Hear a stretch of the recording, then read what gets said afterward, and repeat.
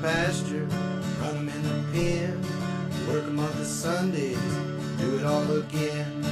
Race 'em in the sand, buck 'em in the mud, drip a cowboy's sweat, bleed a cowboy's blood.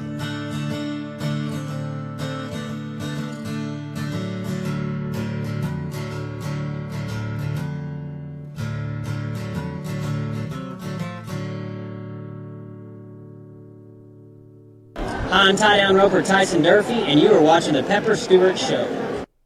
What? What is going on?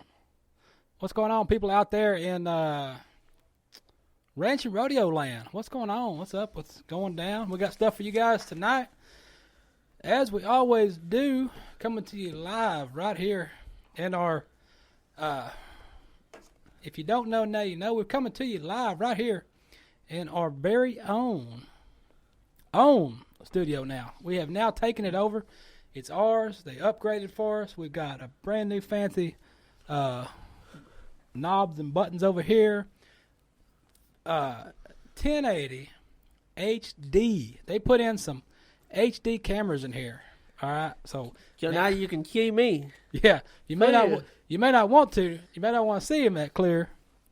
But now you can see him. You can see him right there. But yeah, so that's what's going on. That's what's going on. So here we are. We're here talking about stuff, doing stuff. That's what's going on today. We got a lot of stuff for you. A lot of stuff lined up. A lot of stuff going on in the ranch and rodeo world. In the news of stuff, we got a couple of tickets we're giving away for the Iron Cowboy, the American. We're going to ticket giveaway today. We got the drawing for the people that went on Facebook and shared the flyer and shared it, liked it, tagged, all that mess. One of you lucky folks is going to win tickets. And then we'll probably even do another question for a pair of tickets. We may ask another question randomly. I don't know. We're talking to people today. We're going to talk to an author, Karen Rock. Karen Rock. You're going to be like, Karen Rock, what does that mean? She writes books. That's what authors do. They write books. And actually, I had the opportunity to not necessarily contribute, but I got to give some insight on one of the books that she wrote a few years back that had to do with rodeo and a rodeo guy. So it was kind of fun to be able to visit with her and help with some of the lingo and terminology in the rodeo world. So I hope you guys like that. And she's got a couple other books out right now. So we're going to ask her about those here in a little bit, talk about that. And then a bull riding, Alabama, next weekend, the 12th and 13th, I believe. We'll find out here after a while. But we're going to talk to Ricky West of Ricky West Bucking Bulls, putting on that deal. PBR Tour Pro is a great event for the community. It's a community deal. It's a great deal. And he's going to tell you all about that. And then we got stories and stuff. So with that, I guess we can get on to our stories. And right off the bat, we're gonna stick it in the face of Tex, since he is here today, with our cattle news and cattle stories. We'll kick it off with that. Our cattle stories brought to you today. This segment sponsored by the Texas Southwestern Cattle Raisers Association. You can join them at the Cattle Raisers Convention in Fort Worth, Texas, March 23rd to the 25th.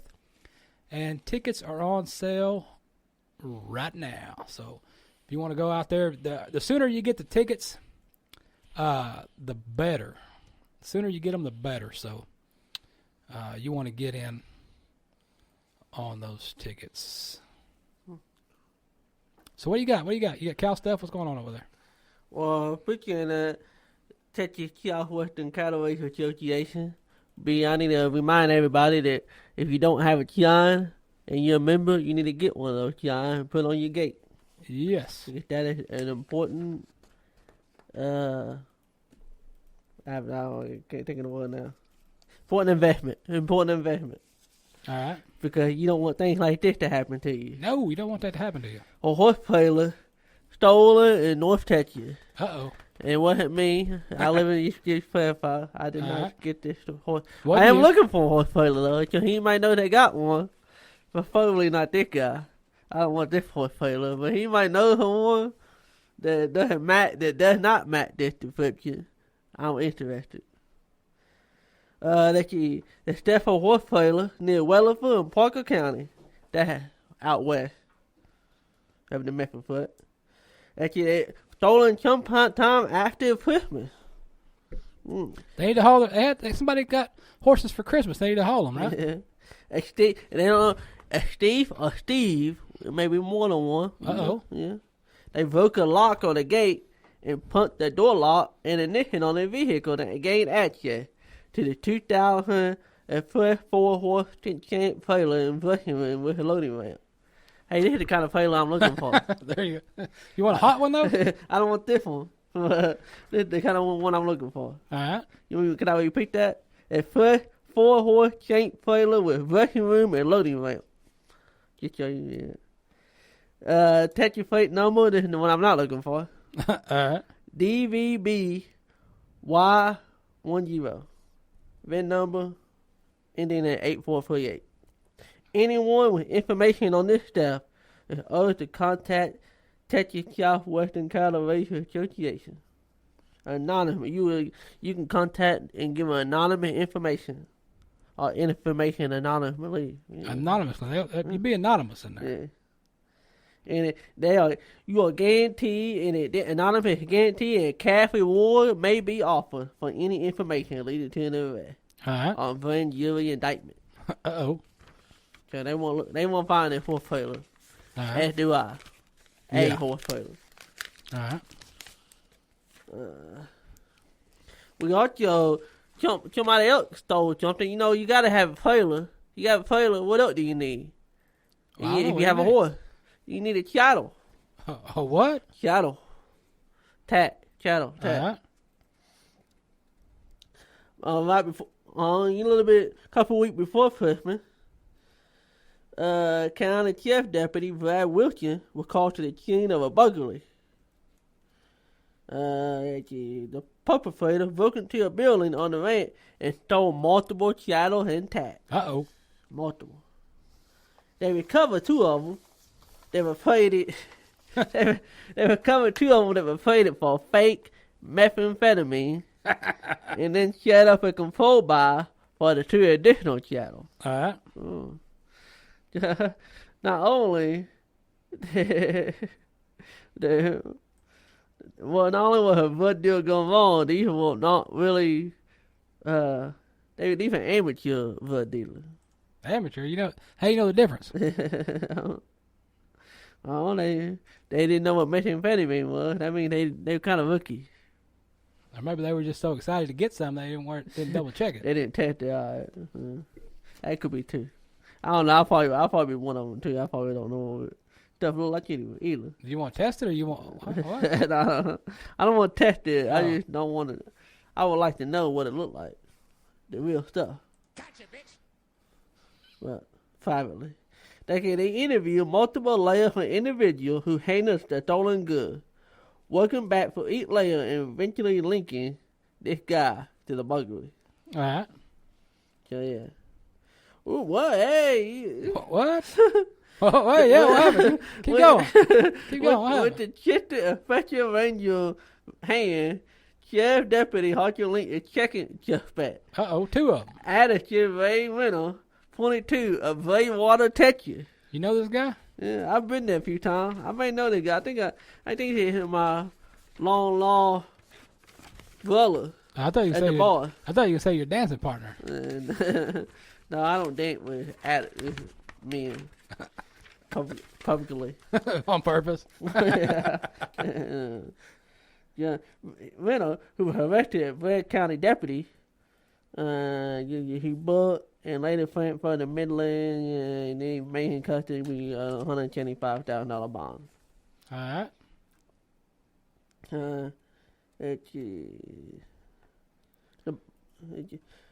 He was arrested on the California burglary of building.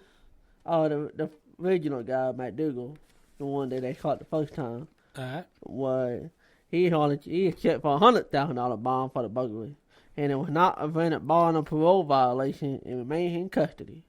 They both confessed to and they face state jail felony.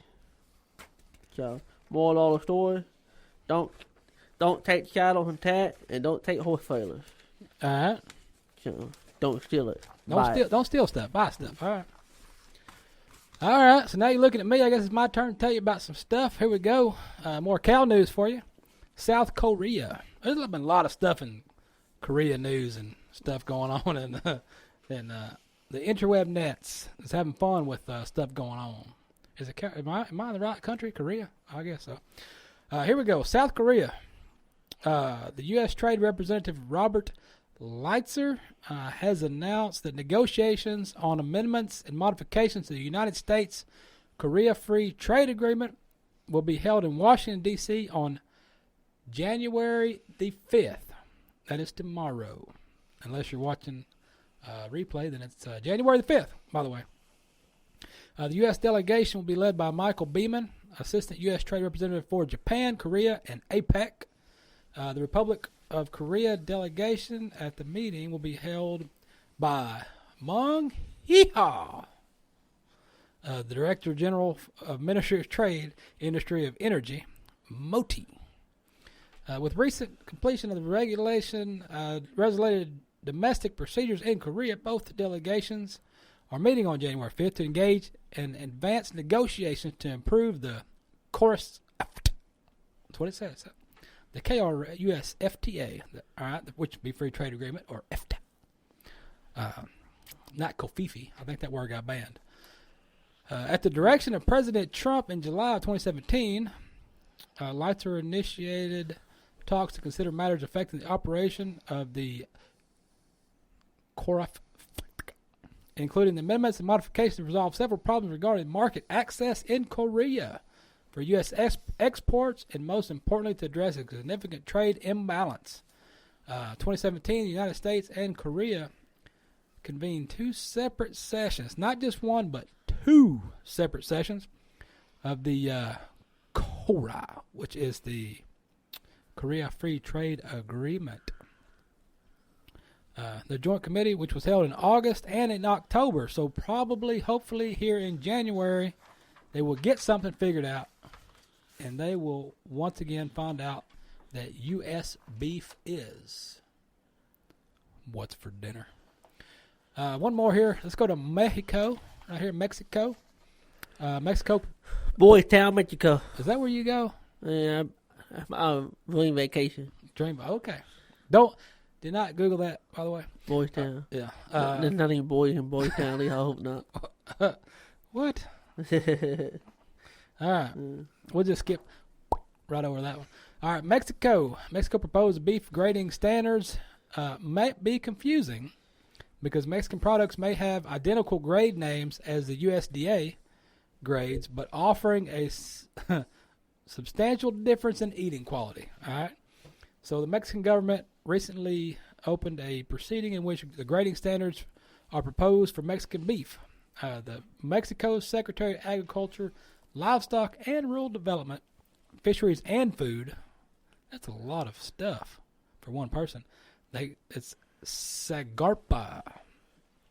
They accepted the public comment proposal through December 19th. The U.S. Meat Export Federation. They fielded comments in the proceeding which raised concerns about how English grade names could be used interchangeably with Spanish names. They're trying to come up with some bilingual terms for beef grades here. They're afraid it could create confusion in the marketplace and diminish the value of the U.S. beef industry that derives from the USDA grading system. So they're concerned about that. And the reason why they're concerned about it is this right here. Mexico's proposed standard also includes no distinction from bull to steer. All right, so therefore, they're not distinguishing the two. So they're not distinguishing a bull from a steer. Which, if you eating beef, you can tell the difference. There's a difference in the meat, the toughness of the meat. So therefore, a carcass of an intact male, which would be a bull, could be graded the same as a carcass from a steer or castrated male. even though there's a difference in quality of meat derives from the intact versus the castrated males. So yes, there is a difference. I don't know how noticeable it is because I've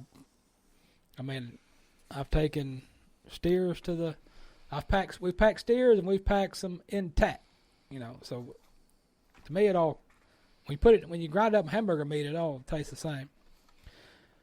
All right, so here's the concerns. These are the additional concerns that were raised right here. We got 1, 2, 3, 4. Well, that these do fancy high definition cameras. Well, that's bright lights in my face. All right, so here we go. Grading. Here's the 4 concerns. The grading of Mexican carcasses will be performed by graders employed by private sector certification bodies rather than the government. Second one is Mexico proposed standards include no provision for ensuring that grades assigned by different graders working for different certification bodies are aligned. So you can have two different systems here. Third thing is the USDA system includes a robust grade labeling program for verifying that the correct USDA grade is applied to the box labels and the retail packaging. Mexico's proposal lacks sufficiently detailed instructions in this area. And finally, it does not appear that the result of the grading carried out by Mexico's certification bodies would be publicly available, whereas the USDA publishes regular reports on the results of the grading performed across the United States. So there you can see you've got 4 different major concerns that is going on between the Mexico and the beef trade. So with that, we're going to throw a tune. We're going to throw a tune at you right quick, let you enjoy some Whiskey Kate for a short minute here, and then we're going to come back and talk to author Karen Rocks. We're going to talk to her about about books and stuff.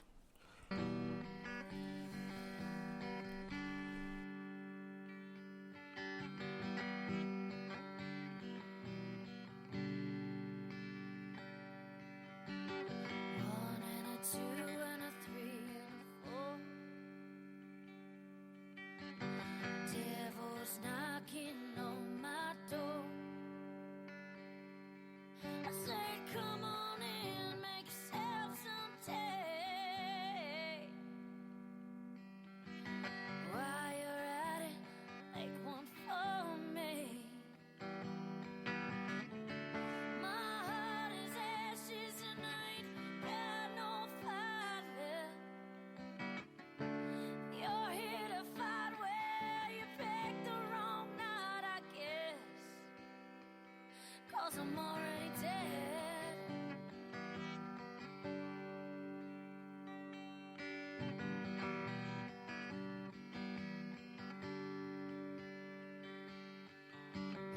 Gave me a look that melted me, and I swear a tear fell in his teeth. He said, I've been watching,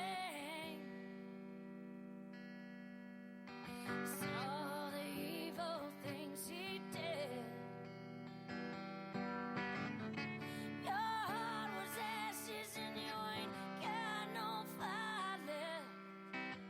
And I'm here tonight to let you know his judgment is coming.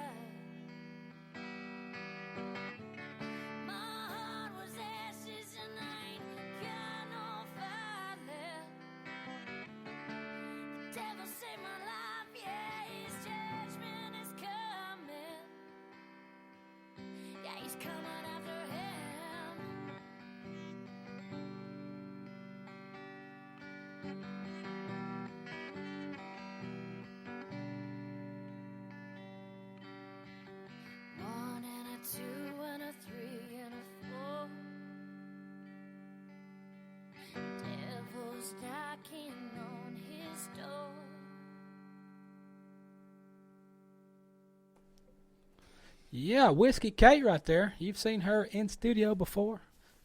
She's up in Colorado. She was opening. I think she was playing for. She was playing with Aaron Watson the other day, up there in Colorado. So she's putting some tunes out there for you. So check that out. And I guess what we're going to do right now is we're going to do some ring-a-ding-ding and call author Karen Rocks.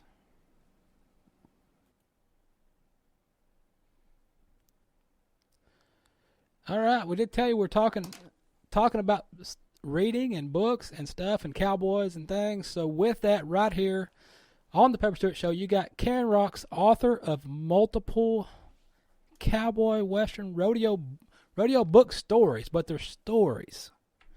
And right here we've got Karen. Karen, how you doing today? Hi, great, Pepper. How are you? We are doing good. We're just sitting down here in Dallas, enjoying the weather and talking about stuff. And we teased that we were going to talk about books and stories. So I don't know nothing about that. So we thought we'd bring in an expert that knows about books and stories. I used to be an English teacher, so that'll work out perfect. There you go. So Karen Rocks, author of some good. You've got some good books out there. You got the Rocky Mountain Cowboy series going. You want some other stuff. You want to tell us about some of those? Yeah. So a while back, actually, Pepper, when you and I first met, I wrote a book called His Kind of Cowgirl. And in that book, I had one rodeo scene. I had a bull rider, and I didn't know how to write that scene well enough. So I was working with a bull riding agent, a wonderful lady, and she put me in touch with you. She said, let me just forward this scene on to a friend I have and let him look at it. And she contacted me. She said, well, he looked at it, and his feedback was, this gal's not from the West, is she? Which really cracked me up, and I thought, okay, I'm going to like this Pepper. But he's willing to work with you on the scene, and you did. And we even chatted on the phone, and we had a great conversation. And it just really inspired me to think, I've always loved the West. I've loved watching movies, reading books. I mean, from like a very young age, I read this series, and I don't know if you've heard of it, but I used to go to like the dollar bookstore, and buy these books. They're called Westward Bound, where like they followed like people that would settle states out west, and I just fell in love with it. Each one was a different state: Oklahoma, Montana, Wyoming, Colorado, and I always thought, oh gosh, if I could ever write books set out in the West, that would be a dream come true. So I do kind of feel like I'm living my dream writing this series for sure. So after I wrote that book, you gave me the courage to say, okay, you know what? You can do this, girl. So I went on and I wrote the next book, moved up. It was the sister of the heroine in that book, and moved up to Colorado, because the original book was in Texas, that first one. Moved up to Colorado, and her sister was a stable manager at a dude ranch, and I had this really dark kind of cowboy character. He's a bounty hunter, and he's all scarred up from like a bar fight where he tried to defend his brother, and the people that he got in the fight with, they ended up taking his brother and killing him, and he's on this whole like vengeance thing trying to get these guys. And but I got really caught up in his backstory, and I kept thinking about, like, my husband has 7 brothers, and the Cade family, which is one of the 2 families in this series, they also have a lot of brothers. And I just kept thinking, boy, I'd really like to write a series with a lot of family drama, like a real saga, where, you have a family that has, gone through things I think a lot of people are going through. In their case, they lost one of the brothers. He, unfortunately, through a sports injury, got addicted to opiates. And because of that, he ended up, getting involved with the wrong people and got murdered. So from the story with the bounty hunter, that's what the Rocky Mountain Cowboy series came out of, was I wanted to go back and look at a family and how do they deal with a loss that is really hard to explain. And each person in the family has dealt with it differently. And each story kind of follows the love story of each of the brothers, and just about the family coming together and healing over this. Now, when you're writing a series like this, do you plan a series, or you just start with a book and you just kind of go from the first book and build on that book? Or when you go to write a book, do you think, well, I'm going to do a series of this, or does it just happen? I am definitely a planner. That's the teacher in me, I guess, maybe. But one thing I started with is I always start with people rather than the story itself. So I just really looked at this family and I thought, who are these people? Who are the Cades? And I thought, okay, Jack Cade, that was the bounty hunter. He's like the enforcer in the family. He's like the oldest brother. And then you've got the second one who stayed home, and he's like the authoritarian. He's like, very protective of the family.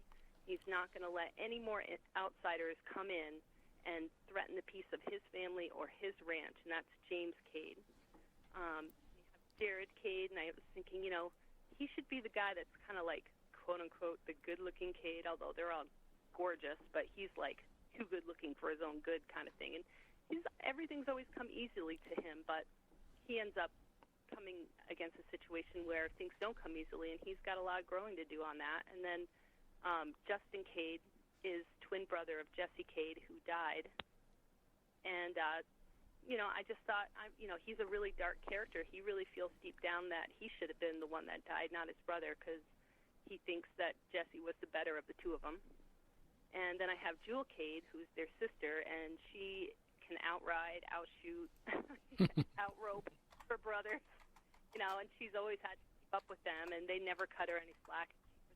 And so then once I have those characters down, then I start thinking about what each story is going to be. And then on top of that, Pepper, I also have the Loveland family, and that's their neighbors, and they've been feuding with them for over 120 years. So every one of those, and they're all brothers and one sister again, huge family, and every one of those cowboys and one cowgirl all have their own personalities too. And so overarching for the whole series, you've got two things going on. You've got these two families that have been feuding for over 100 years over there's like a kidnapping, there was a murder, there was a priceless jewel theft because there was a 50-carat sapphire that was mined from the Yugo Gulch that was like part of the family's dowry for the girl that got kidnapped and murdered. And they blame the other family blames the Cades because they strung up the Loveland that they blamed for it and did some vigilante justice right there on spot. So that feud's been going on, and then and it's just been escalating because of all these water rights issues that's been going on because the Cades have access to the Crystal River. The Lovelands used to have access that they had been granted to go through the Cade land in order to get to the Crystal River, but then the Cades sued to stop that, claiming all kinds of things that they were, cattle were interbreeding because one raises Brahmins, one's Longhorns, and they were causing damage. So it makes it really hard for the Lovelands because they got to drive their cattle way far to get any water. Right. So it makes it difficult for them. You've got that feud going on over the whole series. And then on top of that,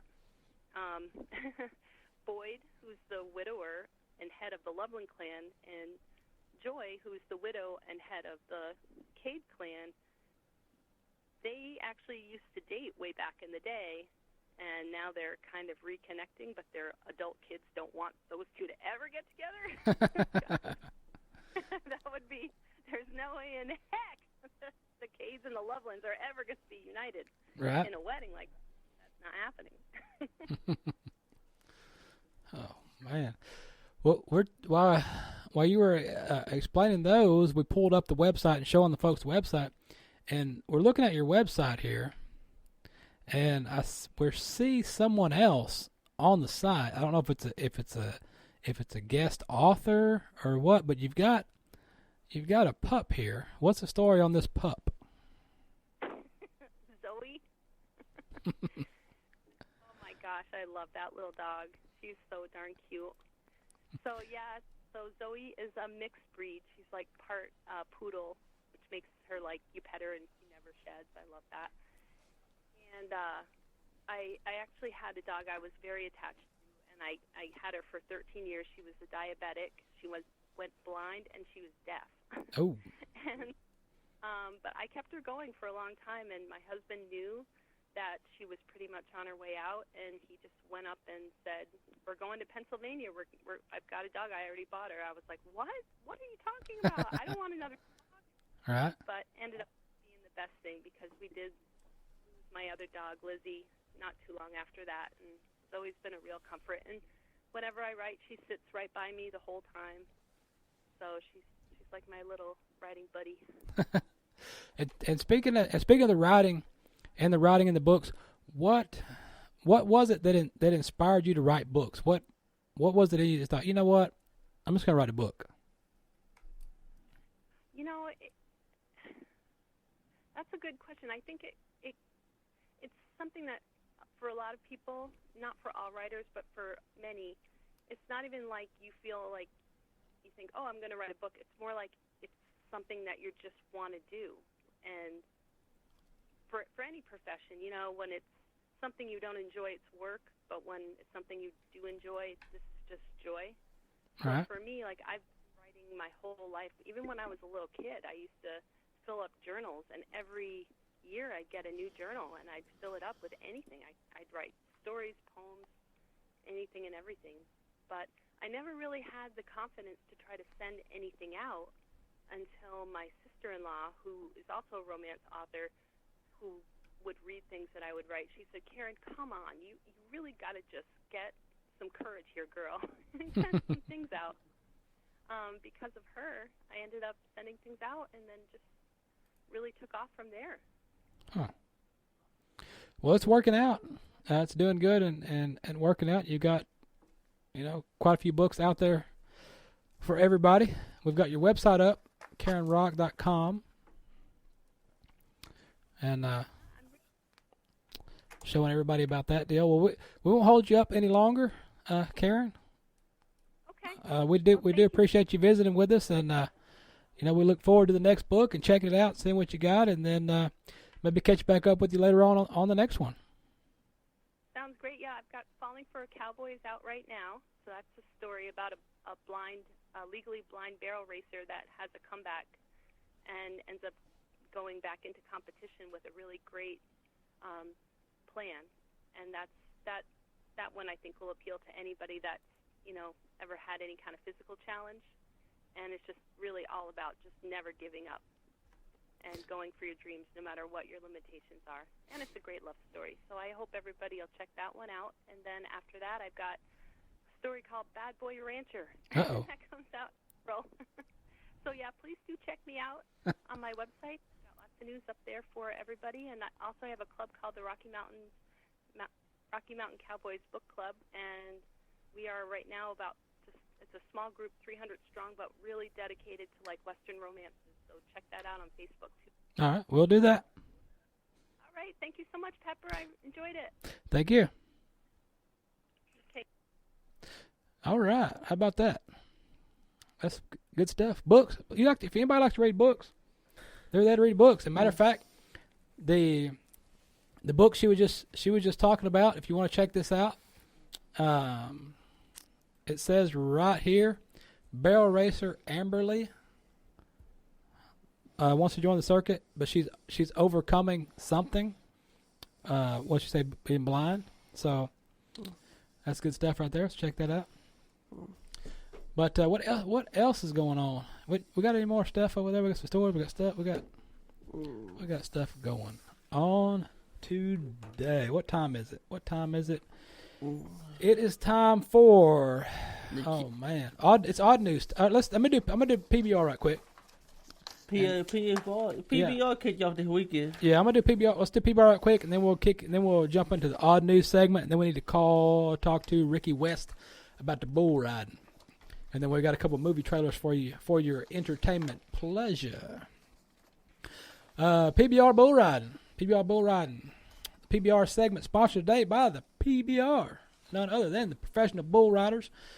Somebody's going to be lucky to win tickets to that deal for the Iron Cowboy and the American here in a little while. We'll announce that towards the conclusion of the broadcast.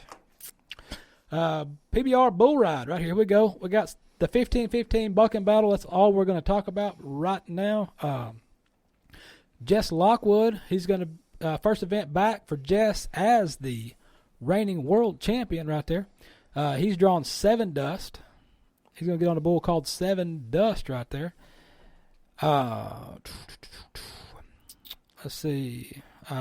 He's one of only 2 riders to ever ride 7 Dust out of 32 in the PBR's Premier Series level. It's called the Premier. All right, there's been a lot of controversy going on in all these Facebook groups. There's so many Facebook groups about PBR and bull ride. The PBR, I don't know.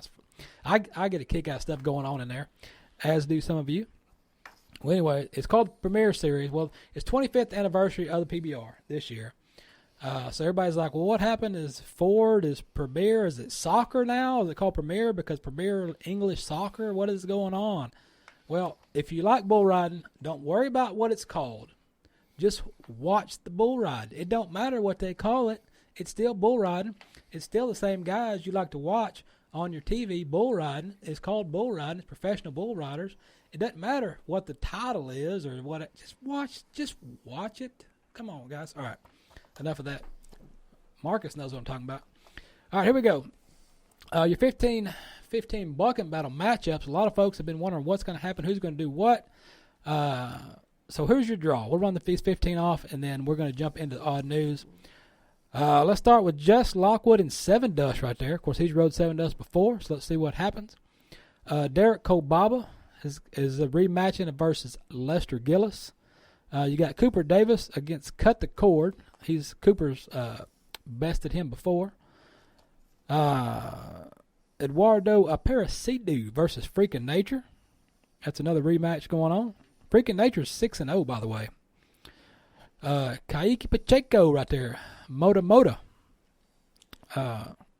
He spurred that one down before. Who we got? Jose Victor Lemme.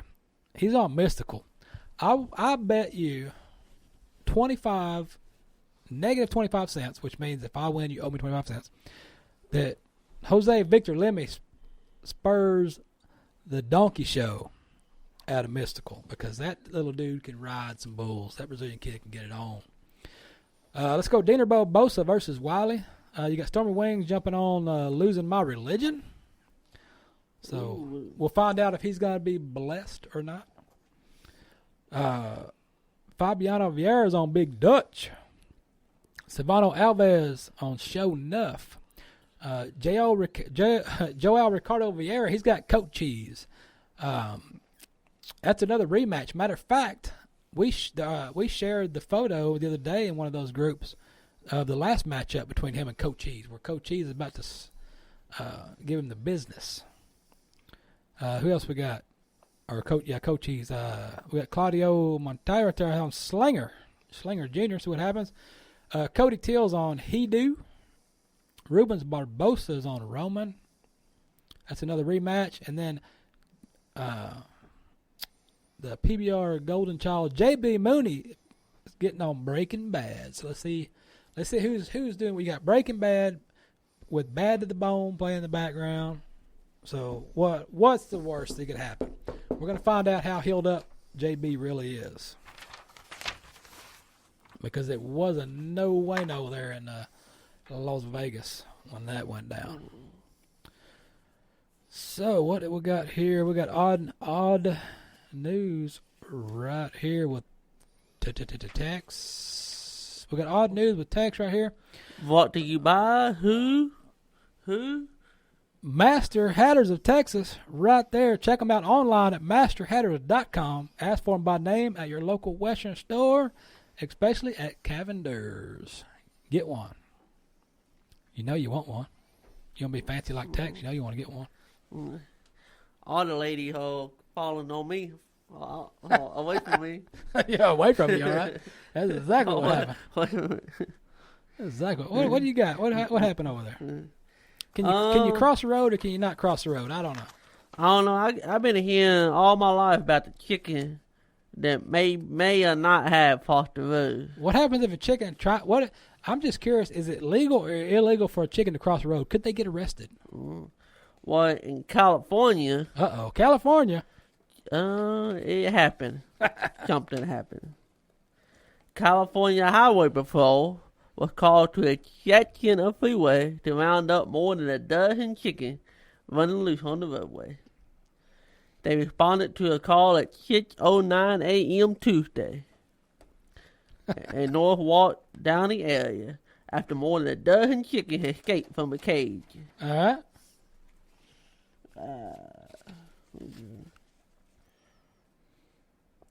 Yeah, it came from a cage that fell off the back of the truck.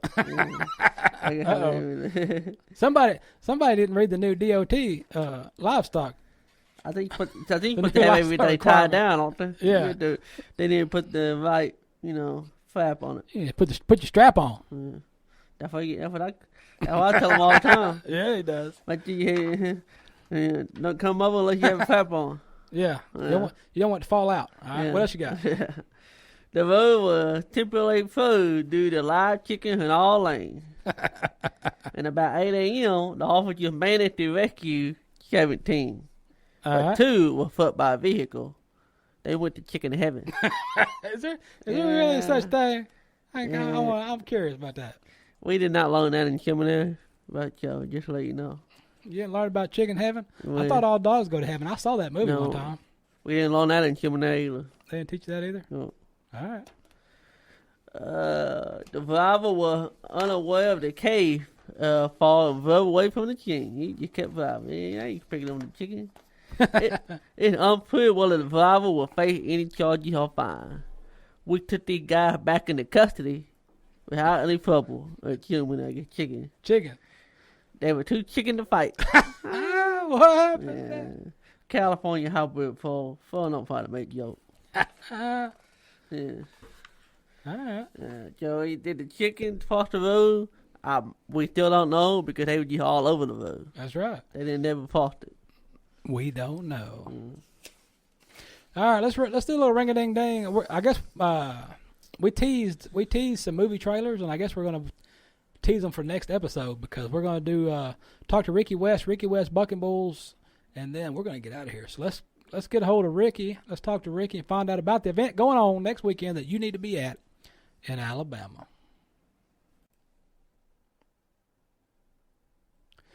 All right here on the line with us today on the Pepper Stewart Show, we've got Mr. Ricky West Bucking Bulls, Alabama Rains.